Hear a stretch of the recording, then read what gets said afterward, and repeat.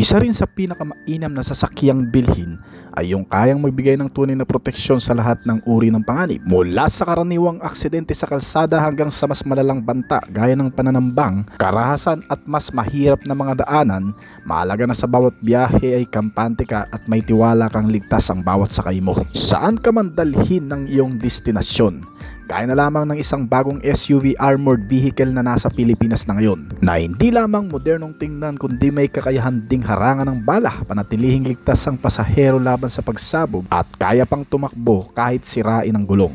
Isa itong praktikal at matatag na solusyon para sa mga negosyante, high profile, opisyal ng gobyerno o sino mang nais ng ultimate peace of mind sa kalsada. Itong bagong sasakyan na siguradong magugustuhan ng kahit na sino ay tatalakayin natin kasama ng kabuuang presyo nito. Pero bago yun, syempre, kung bago ka pa lamang po dito sa aking channel, baka naman kaibigan po mag-click sa subscribe button pati na ang notification bell para naman ma-update lagi sa mga video na gagawin ko pa. Alright, simulan na natin to!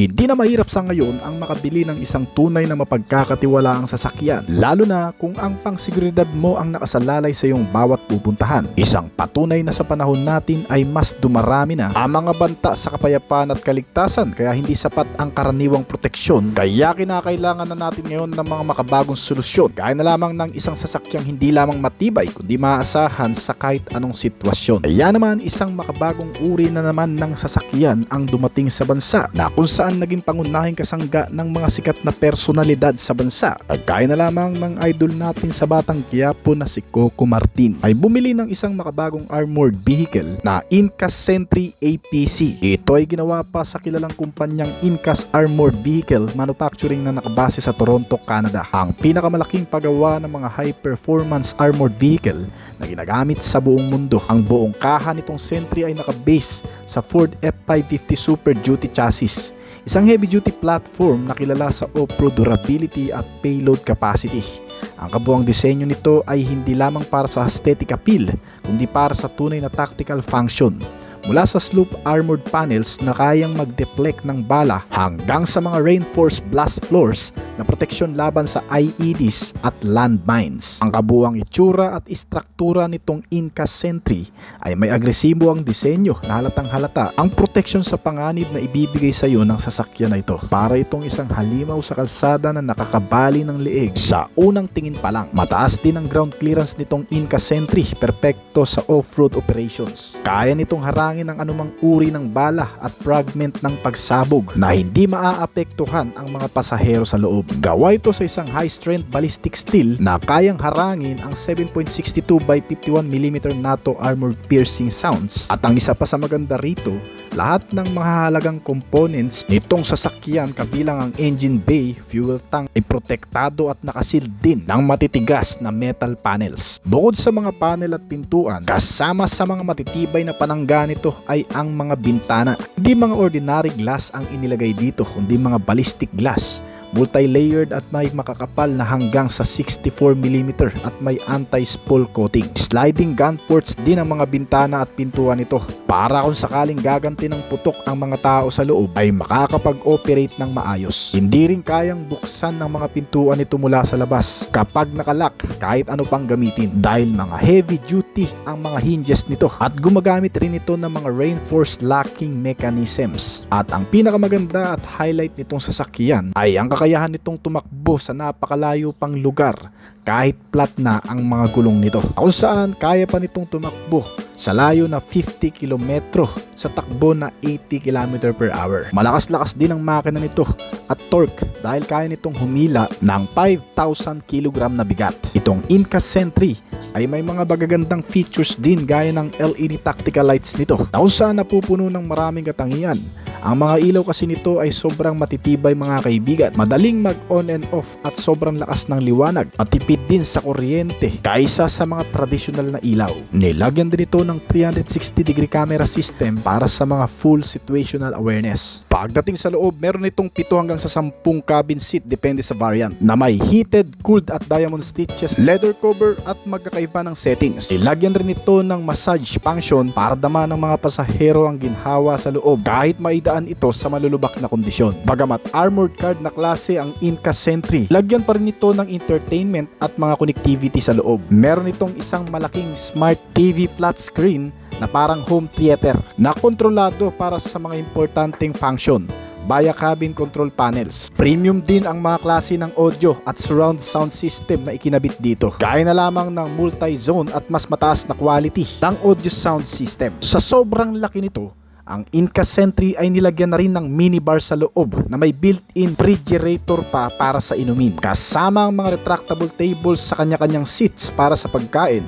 o pag-ooperate ng device. May Bluetooth connectivity features din ito at iba pang mga wireless connectivity features. Kasama ang mga bottle and cup holder, mga safety compartment box, saksakan ng mga gadget na USB port sa bawat seats. Ay talagang masasabi mong functional at napaka-practical din ng kabuuang cabin nito. Ang malaking SUV na ito ay sinamahan rin ng chemical protection. Ang features na ito ay dinisenyo upang protektahan ang loob ng sasakyan at mga pasahero nito laban sa mga panganib ng anumang chemical, gaya na lamang ng tear gas, usok o mga biological hazards, kasama ang chemical weapons tulad ng chlorine o virus. Fully sealed ang cabin kaya talagang walang makakapasok na masamang hangin sa loob nito. Nilagyan rin ito ng night vision system na kung saan itong Inca Sentry ay may kakayahan pa rin makapag-navigate sa mga zero visibility areas tulad ng tunnel, forest o kaya naman sa mga war zones na puno ng mga usok. Tumutulong din ito upang mamonitor ang buong paligid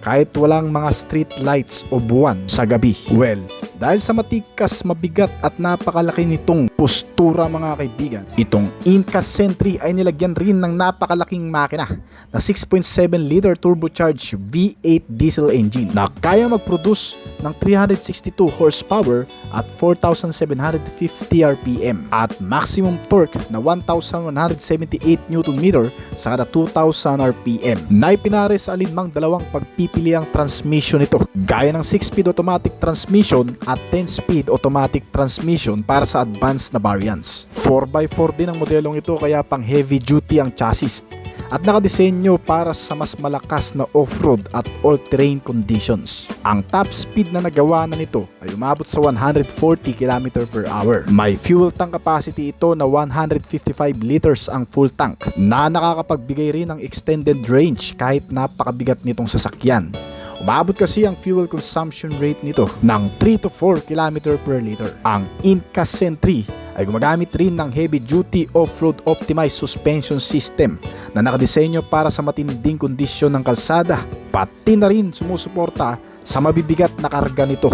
Dahil nga sa armored vehicle ito, kadalasang mga kinakarga nito ay mabibigat na bakal o mga armas. Gumagamit rin ito ng mga lip spring suspension sa likod at independent front suspensions para sa mas maayos na handling at stability. Pagdating naman sa kabuuang sukat nito, ang kabuuang haba nitong Inca Sentry ay humigit kumulang sa 6.4 meter o 21 feet. May lapad ito na 2.5 meter o 8.2 feet. At ang taas nito ay nasa 2.6 meter o 8.5 feet.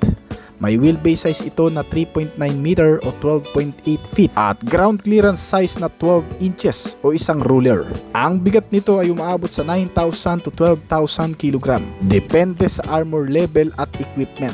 Ang haba nitong Sentry ay sapat para magdala ng 7 hanggang sa 10 pasahero kasama ang driver at tactical crew. Ang lapad ay optimized para sa kalsada pero hindi mawawala ang kakayahang dumaan sa masisikip na urban streets at off-road trails. Ang taas ay depende sa specific variant gaya ng SWAT version, VIP Armored Transport o Tactical Rescue Vehicle. Kasama na ang iba't ibang equipment sa roof.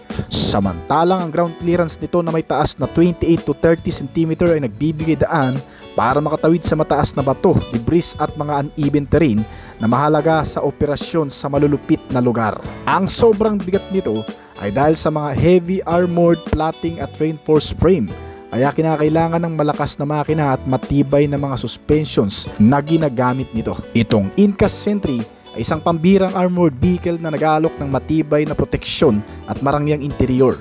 Bagamat mataas ang presyo nito, ang mga features at kalidad ay tumutugon sa mga pangangailangan ng mga high-profile na individual at organisasyon para sa seguridad at comfort. Kaya kung ikaw ay naghahanap ng sasakyan na may world-class protection at luxury amenities, ang Incas Sentry APC ay isang mahusay na pagpipilian para sa iyo. Sa kabuang estimated price na $350,000 na kung direkta natin i-convert sa Philippine peso, ito ay aabot ng 19 million pesos sa bansa. Kung nagustuhan yung topic natin ngayon, pwedeng pa-click ng like button at pa-comment rin ng inyong opinion sa baba pagkatapos ng video na ito. Ilalagay ko na rin ang susunod na sasakyan na matutunghayan nyo ang kagalingan at kasaganaan sa makabagong teknolohiya. Sa gitna ng mabilis na pag-usbong ng teknolohiya sa mundo ng mga sasakyan, isang bagong halimaw na klase na naman ang inilabas ngayon, ang BYD Leopard 8 2025 model. Isang SUV na hindi lamang para sa lungsod kundi pati na rin sa pinakamalupit na daanan na hindi kayang pasukin ng ibang mga sasakyan.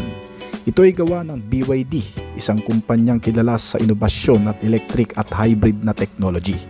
Ang Leopard 8 ay pinangalanan ayon sa isang mabangis na hayop at tulad ng isang tunay na leopard.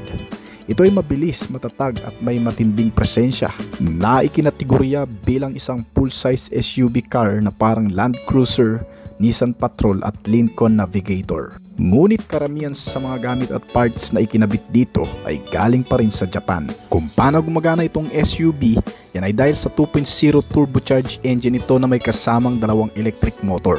Ang resulta ay kayang magbigay ng maximum output level na 700 horsepower at kayang tumakbo sa bilis na 100 km/h sa loob lamang ng 4.8 seconds. Kaya ang pinakamabilis na takbo nito ay umaabot din sa 240 km/h. May kasama rin itong blade battery ng BYD, isang 36.8 kilowatts na LFP battery na kilala sa thermal stability at durability at mas ligtas sa overheating at degradation kumpara sa ibang EV batteries. Para sa karagdagang impormasyon, ang LFP battery ay mas maganda kumpara sa lithium-ion battery na ginagamit ng ilang hybrid vehicle. Una, ang LFP battery ay mas ligtas kumpara sa lithium-ion battery kasi hindi ito prone sa overheating. Pangalawa, mas mahaba ang lifespan ng LFP battery kumpara sa lithium-ion at mas mura din ang presyo nito kesa sa lithium-ion battery.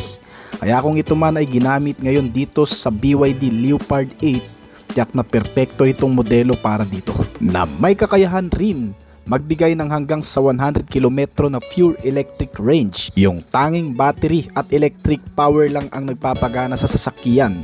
Pero kung isasama ang fuel at hybrid system, umaabot naman ito sa higit na 1,200 km na biyahe. Ibig sabihin kaya mong magbiyahe ng balikan mula Bicol hanggang Manila na less consumption ng fuel at less gastos na rin. At ang hybrid system nitong SUV car ay may redundance.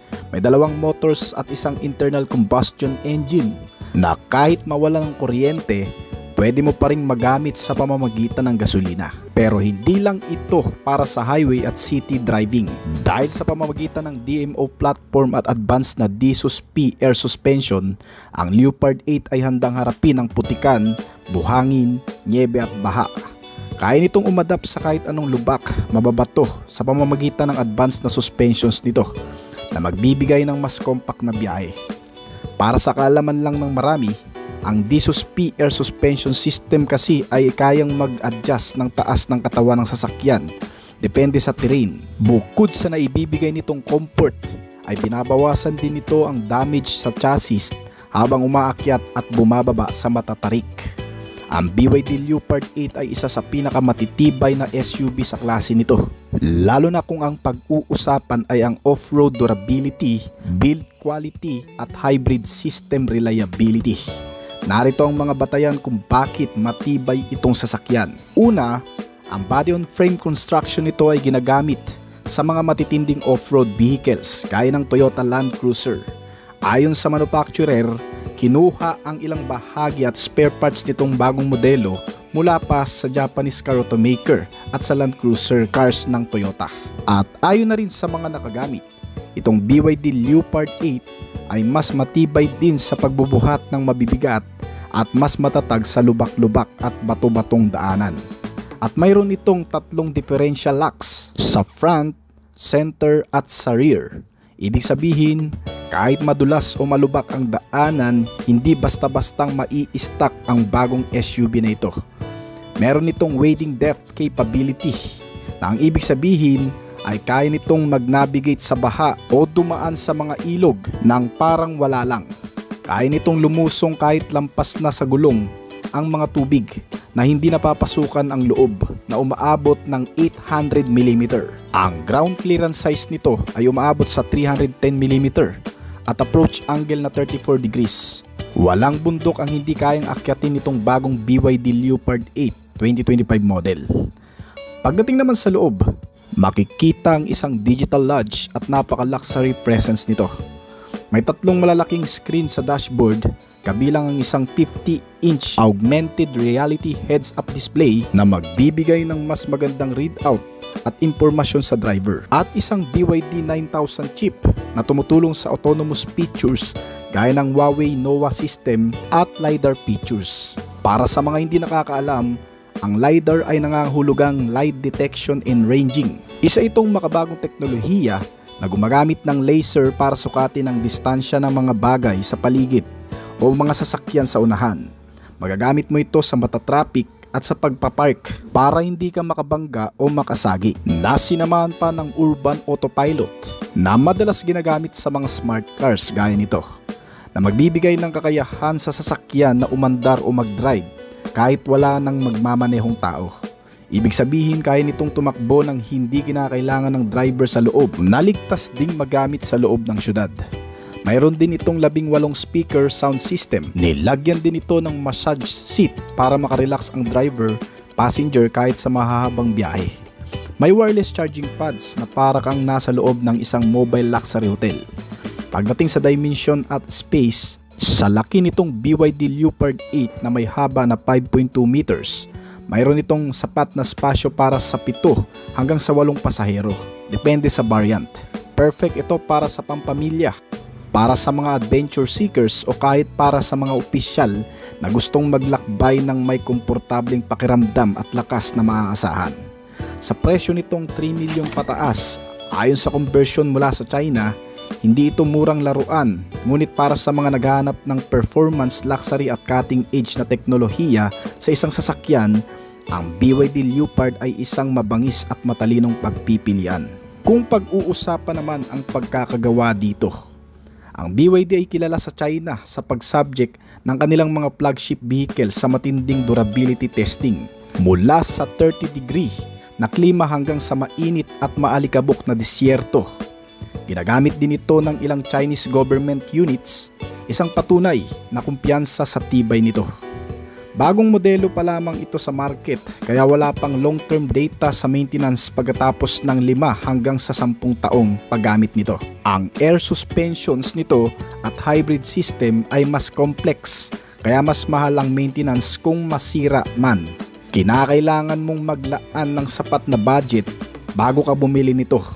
Kung hinahanap mo ang isang SUV na kayang lumusong sa baha, umakyat sa bundok at manatiling komportable sa kalsada, matibay at mapagkakatiwalaan, itong BYD Leopard 8 ang bagay para sa iyo.